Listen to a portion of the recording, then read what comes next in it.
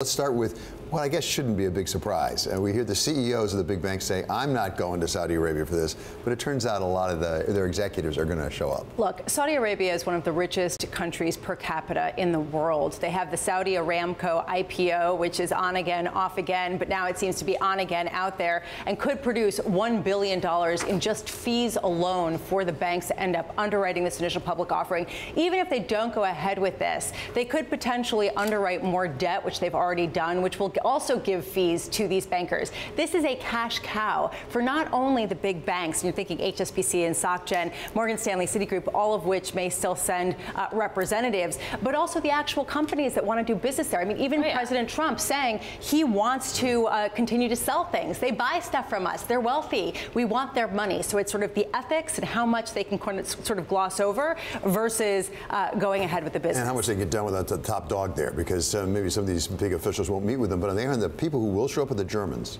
Siemens and Deutsche Bank, they're showing up. But it was interesting.